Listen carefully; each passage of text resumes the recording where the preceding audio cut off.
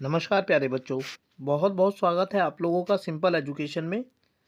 दोस्तों, आज की इस वीडियो में हम लोग बात करेंगे कक्षा 6, 7 एवं 8 की 15 मार्च की रीडिंग कैंपेन अर्थात पठन अभियान की वर्कशीट नंबर 46 के बारे में। यह वर्कशीट राज्य शैक्षिक अनुसंधान एवं प्रशिक्षण परिषद अर्थात SCRT द्वारा प्रदान की गई है और यह गणित की वर्कशीट है जिसमें हमें भिन्न के बारे में बताया गया है।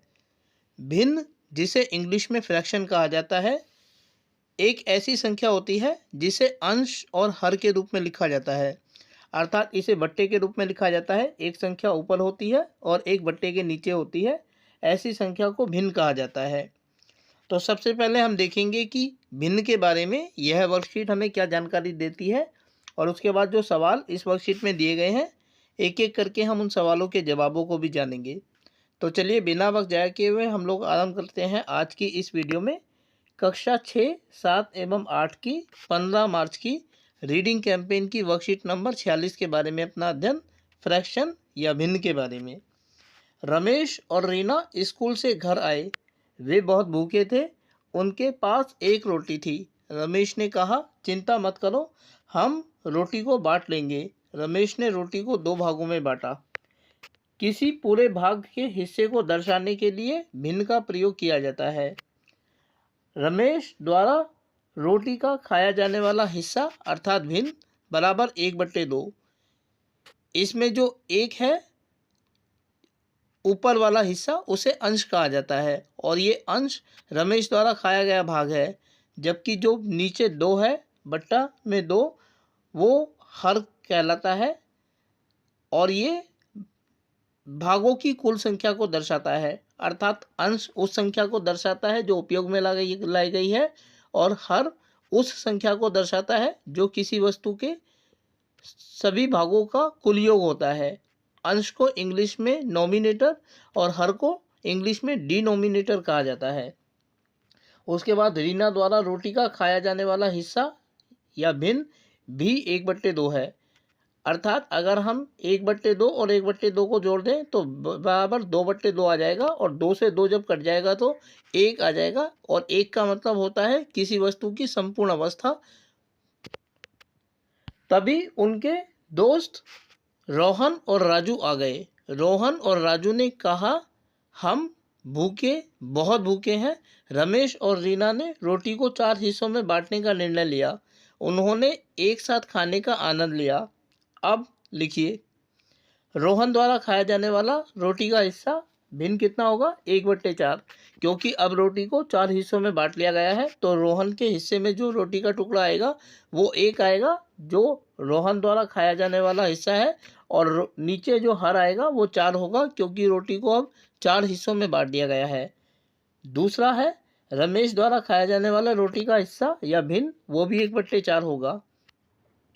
अब प्यारे बच्चों, एक सवाल दिया गया है कि निम्न में से उन आकृतियों में रंग भरिए जो बराबर भागों में बटी हुई हैं। तो ये वर्कशीट का हिस्सा है। देखते हैं हम कि कैसे हम इसको रंग कर सकते हैं। प्यारे बच्चों, ये वर्कशीट का प्रिंट आउट निकालकर मैंने कार्य किया है। अगर आप चाहें तो इस वर्कशीट के प्रिंट को निकलवा कर आप उसको इस्तेमाल में कर सकते हैं, या अगर आप चाहें तो अपनी कॉपी पर इस तरीके की आकृति को अपने हाथ से बनाकर उनमें रंग भर सकते हैं। इनमें जो आकृतियां दी गई हैं, पहला वाला सवाल, निम्न में से उन आकृतियों में रंग भरिए जो 2 बराबर भागों में बटी हुई है। तो पहली आकृति जो है वो 2 भागों में नहीं बटी है, दूसरी भी नहीं, और तीसरी जो त्रिभुज की आकृति है वो 2 बराबर भागों में बटी हुई है। इसीलिए मैंने उसको 2 अलग अलग रंगों से रंग भरा है ताकि वो अलग दिखाई दे सके कि ये 2 अलग भागों में बटी है। इस प्रकार जो चौथी आकृति है त्रिभुज की, वो भी 2 भागों में नहीं बटी है। जो दूसरा है वो वर्ग की आकृति है। वर्ग की पहली तीनों आकृति बराबर नहीं है, जबकि चौथी आकृति वर्ग को 4 बराबर भागों में बांटती है। इसीलिए मैंने इसको 4 अलग अलग रंगों में रंगीन किया है। इसके बाद जो दूसरा सवाल है, प्रत्येक आकृति को उतने बराबर भागों में बांटिए जितना दर्शाया गया है। याद रखिए, प्रत्येक भाग बराबर होना चाहिए। अगर आप वर्कशीट अपनी देखेंगे तो इसमें कोई रंग नहीं दिया गया है, सिंपल दिया गया है। इसको मैंने 2 बराबर भागों में बांटा है और 2 अलग भागों में बांटकर अलग अलग रंगों से रंग इसमें भरा है। पहला एक वृत्त है जिसे 2 भागों में बांटा गया है, दूसरा आयत है, तीसरा वर्ग है और चौथा त्रिभुज है। आप इन चारों आकृतियों को अपनी कॉपी पर बनाकर उन्हें 2 बराबर भागों में बांटकर रंग भर सकते हैं। तो चलिए अब आगे बढ़ते हैं। प्रत्येक आकृति का कितना भाग रंगीन है, सही उत्तर पर गोला लगाइए। 3 आकृतियां हमारे सामने दी गई हैं, तीनों त्रिभुज की हैं और हमें बताना है कि इनके सामने जो भिन्न लिखे हुए हैं उनमें से कौन सी संख्या भिन्न को सही रूप में दिखाती है। पहली में वृत्त को 2 भागों में बांटा गया है और उसमें एक भाग हरा है, तो इसमें जो 1/2 है वो हमारी आकृति को दिखाती है, क्योंकि वृत्त को 2 भागों में बांटा गया है और उसका एक भाग रंगीन है, तो 1 जो है वो अंश होगा और 2 हर होगा। इस प्रकार दूसरा जो सवाल है वो 3 भागों में वृत्त को बांटा गया है और 3 में से एक भाग रंगीन है, तो 1/3 इसका जवाब हो जाएगा। तीसरा जो सवाल है, वृत्त को 4 भागों में बांटा गया है और उसमें एक रंग को हरे रंग से रंगीन किया गया है, तो 1/4 हमारे इस सवाल का सही जवाब हो जाएगा। तो प्यारे बच्चों, अंश भिन्न में ऊपर वाली संख्या उस भाग को दर्शाती है जो हमने उपयोग किया है और नीचे हर जो होता है वो उस संख्या को दर्शाता है जो उसका कुल योग होता है। आगे है बेकरी यानी केक की दुकान में 7 केक हैं, इनमें से 3 चॉकलेट केक है। बेकरी के कुल केक में से कितना भाग चॉकलेट केक का है? तो कुल जो है वो 7 है और 3 जो है वो चॉकलेट के हैं, तो 3 जो है वो अंश होगा और 7 हर कहलाएगा। इस प्रकार हमारे सवाल का जवाब 3/7 हो जाएगा। अब अगला सवाल है कि अपना नाम लिखिए। आपके नाम में अक्षरों की कुल संख्या कितनी है? तो प्यारे बच्चों, आपको अपना नाम लिखना है जैसे मैंने अपना नाम लिखा है RAJENDRA। इसमें कुल अक्षरों की संख्या जो है वो 8 है। आपके नाम में स्वरों की संख्या कितनी है? स्वर हम जानते हैं इंग्लिश में AOUIE जो होता है वो स्वर होता है, तो मेरे नाम में जो स्वरों की संख्या है वो 3 है। और आपके नाम में स्वरों का भाग यानी भिन्न कितना है? तो मेरे नाम में 3/8 है।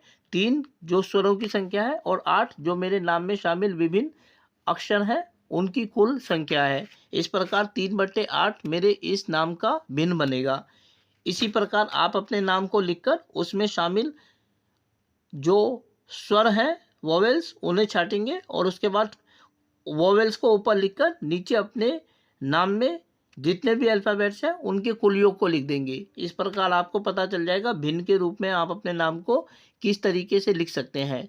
तो प्यारे बच्चों, आज की इस वीडियो में हम लोगों ने बात की कक्षा 6, 7 एवं 8 की 15 मार्च की रीडिंग कैंपेन की वर्कशीट नंबर 46 के बारे में, जिसका नाम था भिन्न।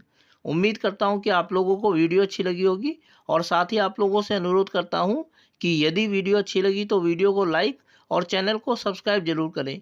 इसके अलावा आगे आने वाले अन्य दिनों में अन्य वीडियोस को देखने के लिए जुड़े रहें मेरे साथ मेरे इस यूट्यूब चैनल पर, जिसका नाम है सिंपल एजुकेशन। फिलहाल आप लोगों से विदा लेना चाहूँगा। वीडियो को देखने के लिए आपका बहुत बहुत धन्यवाद।